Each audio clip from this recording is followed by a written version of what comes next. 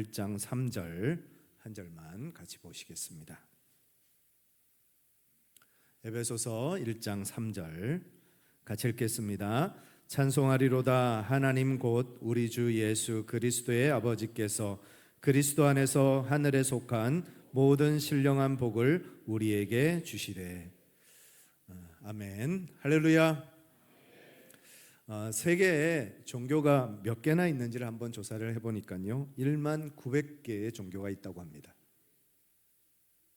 1만 900개 종교 중에 여러분들은 왜 기독교를 선택하셨습니까? 그 수많은 종교 중에 우리가 왜 예수님을 믿고 있을까요? 기독교가 다른 종교와 다른 게 뭐가 있을까요?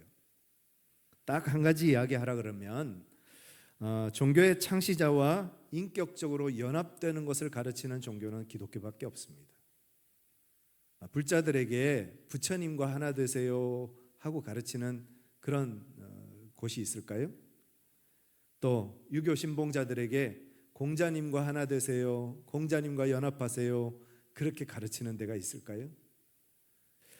무슬림들에게 알라와 아니면 모하메트와 우리가 하나 되어야 합니다 라고 가르칠 수 있을까요? 아마 큰일 날 겁니다. 그렇게 얘기하면. 오직 기독교만이 우리가 예수님 안에 있고 예수님과 하나 될 수 있고 예수님과 교제할 수 있다라고 가르친다는 것입니다. 기독교는 어떤 개념을 수용하고 그것을 믿는 종교가 아니라 우리는 예수 그리스도를 알고 예수 그리스도를 만나고 예수님과 교제하고 예수님과 함께하는 그런 만남의 종교라는 것입니다. 그런 의미에서 기독교는 종교라기보다는 교제요, 친밀함이요, 연합이라고 할 수 있겠습니다. 그리스도인이 된다는 것은 예수님을 알고 예수님을 믿고 예수님과 교제하는 삶을 사는 것이 그리스도인의 삶이라는 것입니다. 주님 안에서 예수님 안에서 주님과 교제하는 축복을 누리시는 우리 모든 성도님들 되시기를 간절히 축복합니다. 우리가 예수님 안에 있으면 우리는 세 가지 큰 복을 받습니다. 첫 번째로는 예수님 안에서 새로운 신분의 복을 받습니다. 에베소서 1장 4절에서 6절까지 같이 한번 읽겠습니다.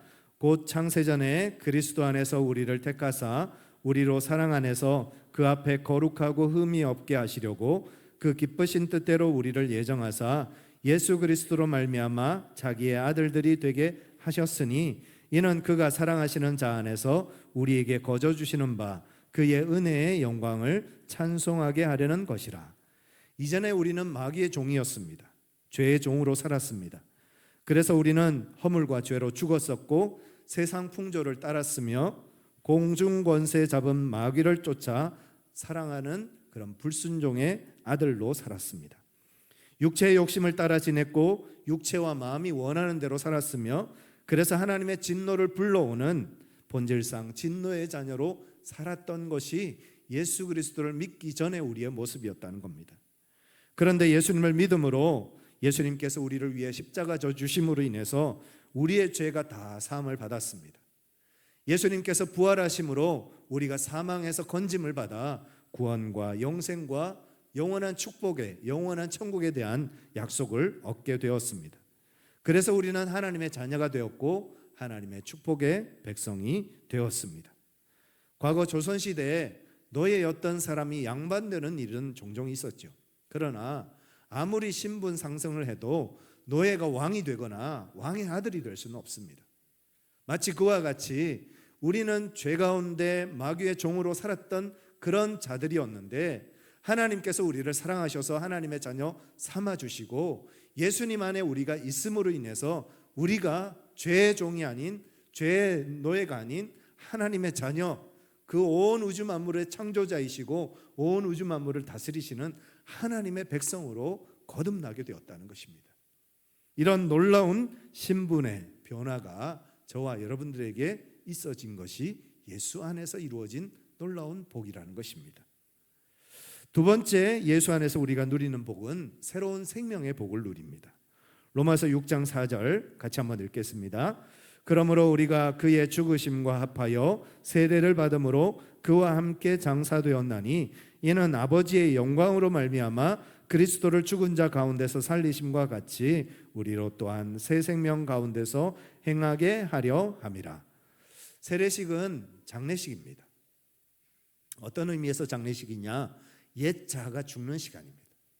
그리고 새롭게 거듭나는, 다시 말해서 내가 옛 자가 죽고 새로운 나로 태어나는 그런 순간이 바로 세례식입니다. 세례를 받은 사람은 새 생명을 얻습니다.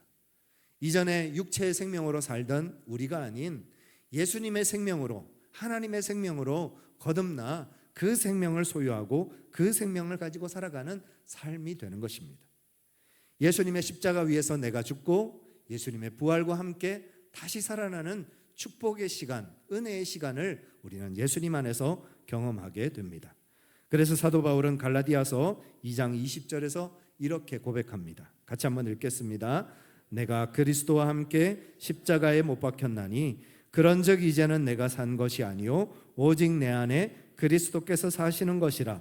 이제 내가 육체 가운데 사는 것은 나를 사랑하사 나를 위하여 자기 자신을 버리신 하나님의 아들을 믿는 믿음 안에서 사는 것이라. 예수님 안에 있는 사람은 옛자는 이미 죽어버렸고 이제 새로운 생명을 가지고 새로운 삶을 살고 있다는 것입니다. 이제 내가 살아도 주 위에 살고 이제 내가 죽어도 주 위에 죽네. 우리는 이제 사나 죽으나 주님 안에 있는 사람들입니다. 주님 안에서 새 생명을 가지고 주님과 함께하고 주님과 동행하는 삶의 축복을 누리는 사람들이 바로 예수 그리스도 안에 있는 사람들의 누리는 축복이라는 것입니다. 세 번째로 예수 그리스도 안에 있는 사람들은 새로운 공동체의 복을 누립니다. 고린도전서 15장 22절입니다. 같이 한번 읽겠습니다. 아담 안에서 모든 사람이 죽은 것 같이 그리스도 안에서 모든 사람이 삶을 얻으리라. 여러분 지난주 주보 칼럼 읽어보셨지요? 2023년 1월 15일 네팔 수도 카트만두에서 안나푸르나 산맥이 있는 포카라라는 곳으로 관광지로 이제 비행을 하던 항공기가 승객과 승무원 72명을 태우고 추락하는 사건이 있었습니다. 그로 인해서 72명이 그 자리에서 다 숨지게 되는 그런 안타까운 참사였습니다. 그 사고가 더 우리의 마음을 아프게 하는 것은 2명의 한국인 승객이 있었고 그 2명 중에 한 명은 육군 간부였던 아빠고 또 한 명은 그 아들이었습니다. 10대의 아들. 그 부자가 그 안나푸르나 산맥에 등반하기 위해서 여행을 떠났다가 결국 그 비행기가 추락함으로 인해서 그 72명이 한꺼번에 다 죽음을 맞이했습니다. 여러분 그 72명이 무슨 죄를 그렇게 많이 지어서 그런 참사를 겪었을까요? 사실 그 72명이 죄를 지어서 그런 아픈 일들을 경험하게 되었을까요? 결국 중요한 것은 어디에 소속되어 있느냐, 어떤 비행기를 타느냐가 중요합니다. 만약에 그 비행기가 추락할 것을 알았다면 그 72명의 승객이 그 비행기에 탔을까요? 우리가 어떻게 사느냐도 중요하지만 더 중요한 것은 우리가 어디에 속해 있느냐가 중요합니다. 내가 어떤 비행기를 탔느냐에 따라서 내가 죽을 수도 있고 살 수도 있는 거예요. 마찬가지로 우리가 누구에게 속해 있느냐, 내가 누구를 믿느냐, 내가 누구 안에 있느냐에 따라서 살 수도 있고 죽을 수도 있다는 겁니다. 우리가 예수님 안에 있어야 우리가 삽니다. 예수님 안에 있어야 구원을 얻습니다. 예수님 안에 있어야 생명을 얻습니다. 예수님 안에 있는 것이 무슨 얘기냐는 거죠. 예수님 안에 있다는 것이 무슨 의미입니까? 기독교 안에는 여러 종파들이 있습니다. 여러 종파들이 있고 그 각 종파들마다 구원에 대한 강조점이 조금씩 다릅니다. 예를 들면 천주교와 그리스 종교회 같은 경우는 교회에 등록해서 세례를 받으면 구원받은 사람으로 간주를 해줍니다. 그래서 성당에 가보신 분들은 아시겠지만 새신자 교육을 적어도 6개월 혹은 1년까지 길게 교육을 시킵니다. 왜냐하면 그 새신자 교육을 받은 사람이 구원받은 사람이라고 간주를 하기 때문에 그렇습니다. 그에 비해서 우리 교회가 속해 있는 대부분의 개신교회들은 세례받는 것도 중요하고 교회 등록하는 것도 중요하지만 정말 중요한 것은 내가 예수님을 마음으로 믿고 입으로 시인하느냐, 구원의 확신이 있느냐, 이것을 더 우리는 강조를 합니다. 그에 비해서 순복음교회, 이제 오순절 교단이라고 불리죠. 지금은 조금 달라졌습니다만 예전에는 순복음교회가 어떤 강조를 했느냐면 은사가 나타나야 성령을 받아야 구원받은 사람이라고 간주할 때가 있었습니다. 그래서 방언을 못하는 사람은 구원받지 못한 사람이라고 간주하고 무조건 방언받게 하던 그런 시절이 있었습니다. 또 자유주의 교회라고 불리는 그런 교회들이 있는데 그 자유주의 교회들은 대부분 어떤 믿음을 가지고 있느냐, 예수님을 하나님이라고 믿지 않고 그저 본질상 남을 위한 그런 존재, 남을 위한 인간으로 그렇게 가정을 합니다. 그래서 믿음보다 구제하고 사회봉사하고 이렇게 가난한 자들을 돕는 일들을 더 중요하게 여기는 그런 교회들이 있습니다. 각 교단과 교파에 따라서 구원받음의 그 징표가 조금씩 다르다는 거죠. 그런데 교단과 교파를 떠나서 공통적으로 딱 한 가지, 이 사람은 구원받은 사람입니다 라고 규정할 수 있는 단 하나가 있습니다. 그게 뭐냐? 그리스도 안에 있느냐는 거예요. 예수 안에 있느냐는 거죠. 요한복음 15장 4절 같이 한번 읽겠습니다. 내 안에 거하라, 나도 너희 안에 거하리라. 가지가 포도나무에 붙어 있지 아니하면 스스로 열매 맺을 수 없음과 같이 너희도 내 안에 거하지 있지 아니하면 그러하리라. 우리가 예수님 안에 있어야 합니다. 예수님 안에 있어야 생명도 유지하고 열매도 맺을 수 있습니다. 그런데 예수님 안에 있지 않으면 지금 살아있는 것 같이 보이지만 살아있는 것이 아니라는 거죠.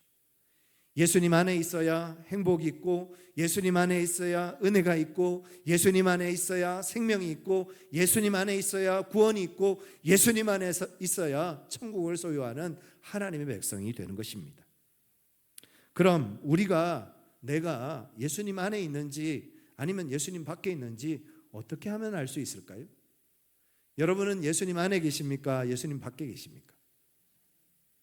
한 7분만 안에 계시고, 우리가 예수님 안에 있는지 아닌지를 어떻게 알 수 있을까요? 로마서 8장 9절입니다. 같이 한번 읽겠습니다. 만일 너희 속에 하나님의 영이 거하시면 너희가 육신에 있지 아니하고 영에 있나니 누구든지 그리스도의 영이 없으면 하나님의 사람이 아니라. 그리스도의 영이 내 안에 있으면 내가 예수 그리스도 안에 속한 사람이라는 거죠. 내 안에 성령, 하나님의 영, 거룩한 영이 계시면 나는 하나님의 안에 있고 예수님 안에 있는 사람이라는 겁니다.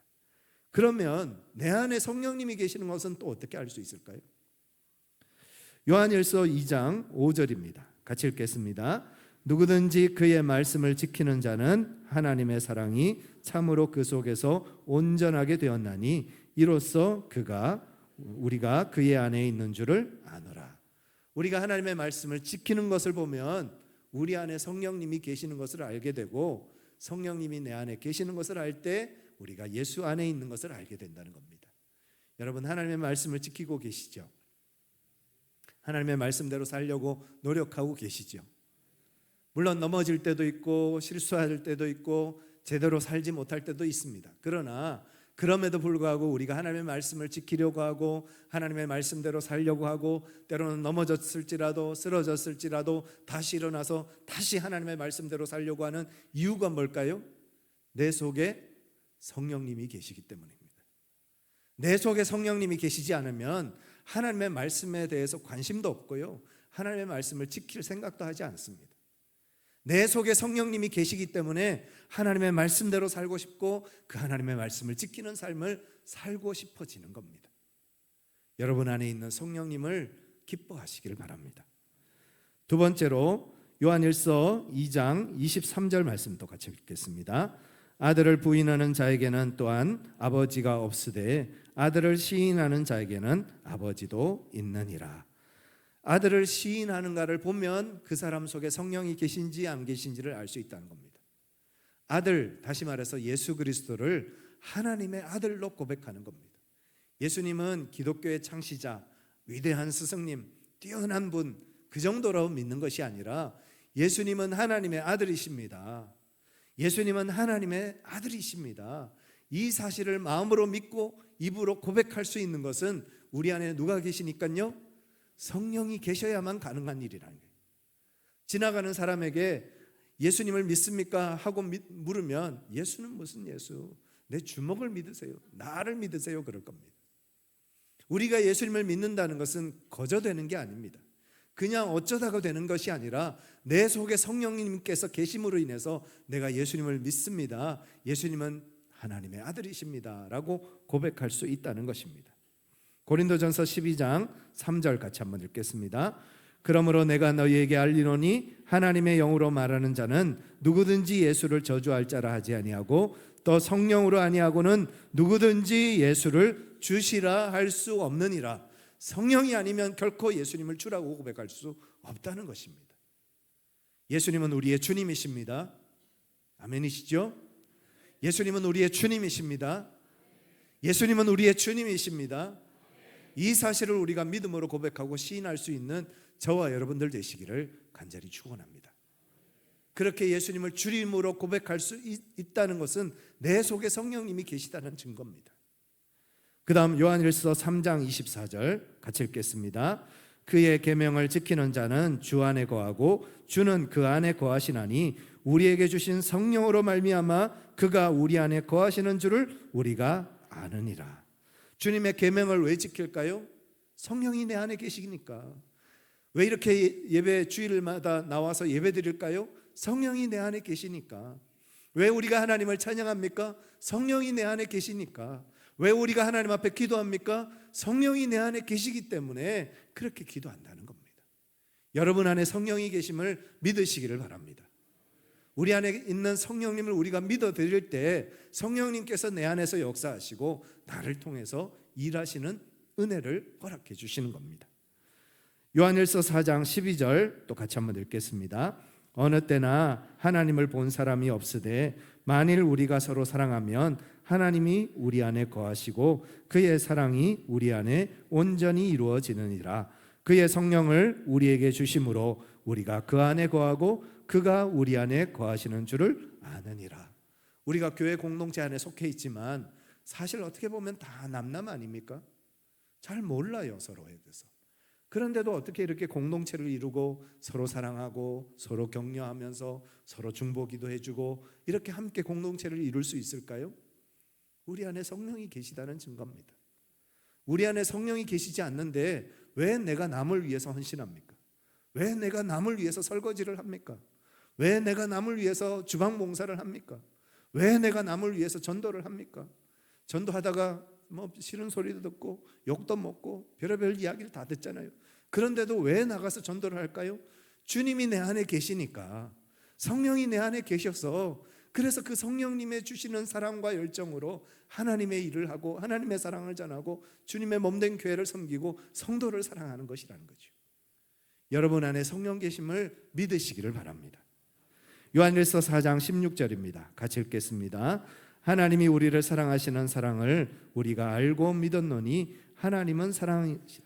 사랑 안에 거하는 자는 하나님 안에 거하고 하나님도 그 안에 거하시느니라. 부모님이 우리를 사랑하시는 것을 어떻게 알 수 있을까요? 부모님이 내가 너를 사랑한다 하고 논문을 써주셨을까요? 아니면 막 설명을 해서 우리를 설득하셨을까요? 아니죠. 어떻게 합니까? 그냥 아는 거죠. 성령이 내 안에 계시는 것을 어떻게 할까요? 그냥 알아요. 그냥 알아지는 거예요. 깨달아지는 거예요. 말하지 않아도 알아요. 일부에는 알아서 울으시던데 말하지 않아도 아는 거예요. 성령이 내 안에 계시면 성령이 굳이 내게 내가 여기 있다 말씀하지 않으셔도 성령이 내 안에 계시는구나, 성령이 나와 함께 하시는구나를 알게 되는 거죠. 그렇게 성령이 내 안에 계심을 알 때 우리는 주님 안에 있음을 알게 되는 겁니다. 사랑합니다 나의 예수님, 사랑합니다 아주 많이요. 사랑합니다 나의 예수님, 사랑합니다. 그것뿐이에요. 주님이 내 안에 계심을 우리는 그냥 아는 거예요. 그냥 느끼는 거예요. 그냥 경험하고 그냥 체험하는 거죠. 그래서 우리는 어떻게 합니까? 감사합니다. 사랑합니다. 그렇게 고백하면서 살아가는 겁니다. 여러분, 하루를 시작할 때 또 하루 힘든 하루를 시작해야 된다.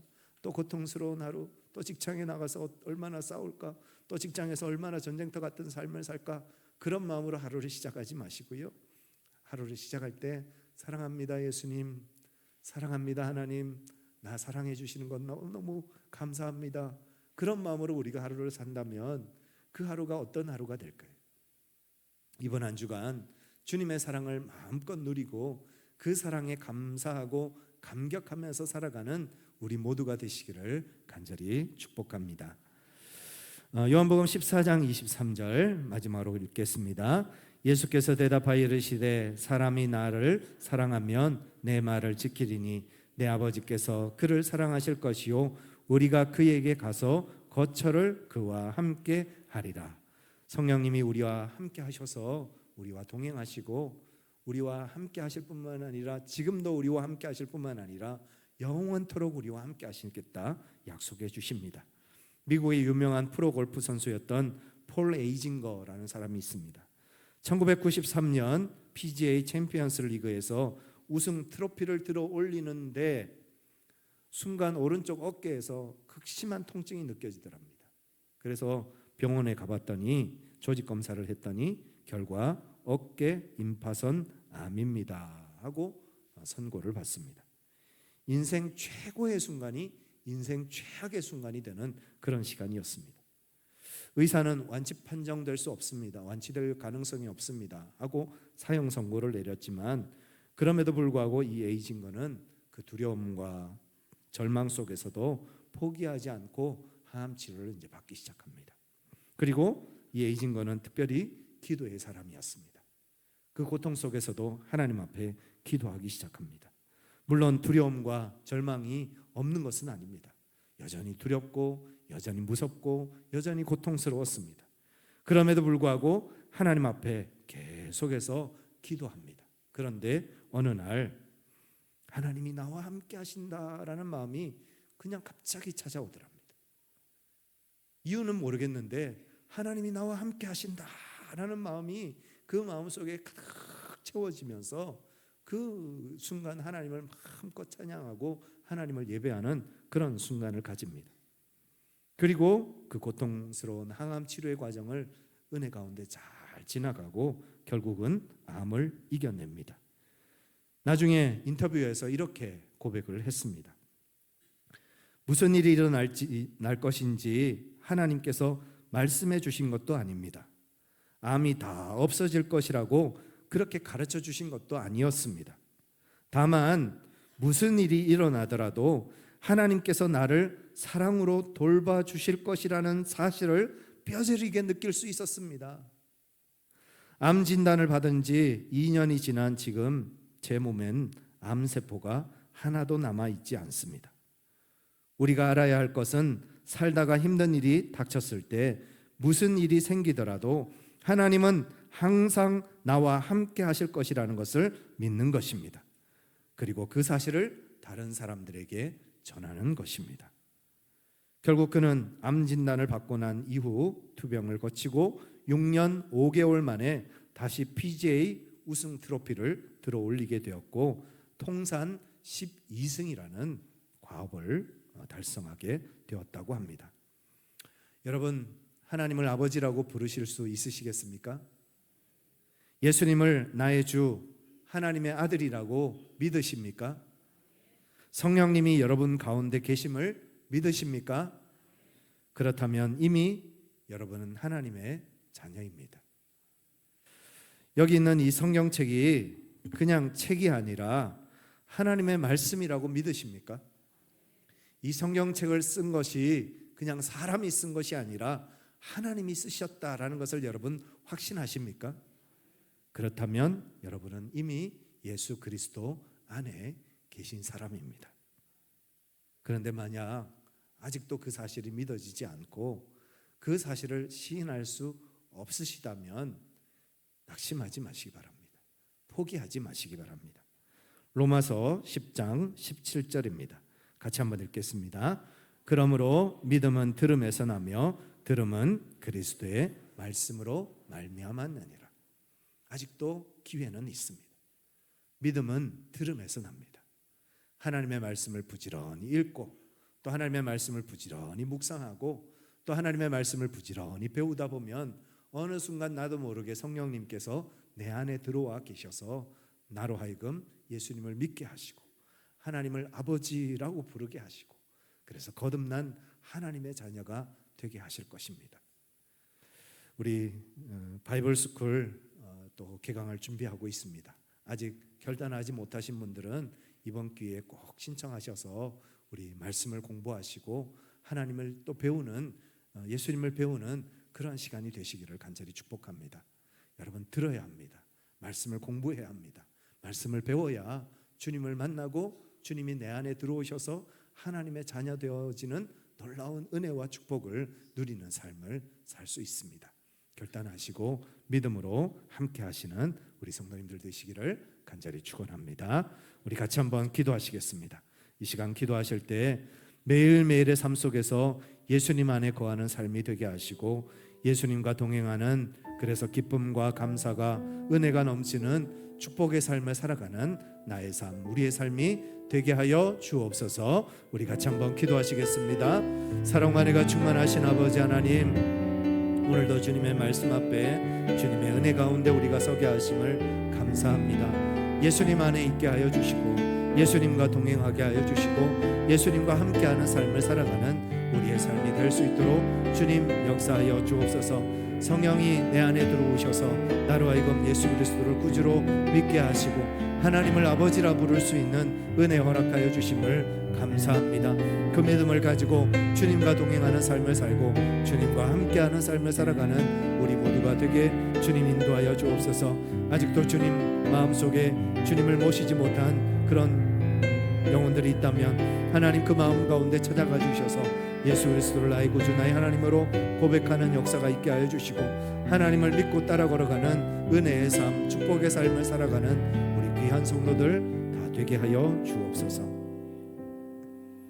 살아계셔서 역사하시는 아버지 하나님, 지금도 우리를 찾아오시고 우리를 만나주시는 주님, 우리 성령님으로 우리를 만나주셔서 우리 가운데 예수 그리스도 나의 구주 나의 하나님으로 믿음으로 고백하는 역사가 있게 하여 주시고 주님 안에서 주님과 동행하는 축복의 삶을 살아가는 우리 모든 성도들 되게 하여 주시옵소서.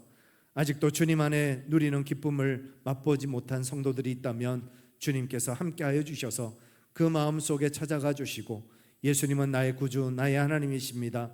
하나님은 나의 아버지이십니다. 믿음으로 고백하는 역사가 일어나게 하여 주옵소서. 우리 주 예수 그리스도의 이름으로 간절히 기도드리옵나이다. 아멘. 다 같이 일어나셔서 함께 찬양하시겠습니다.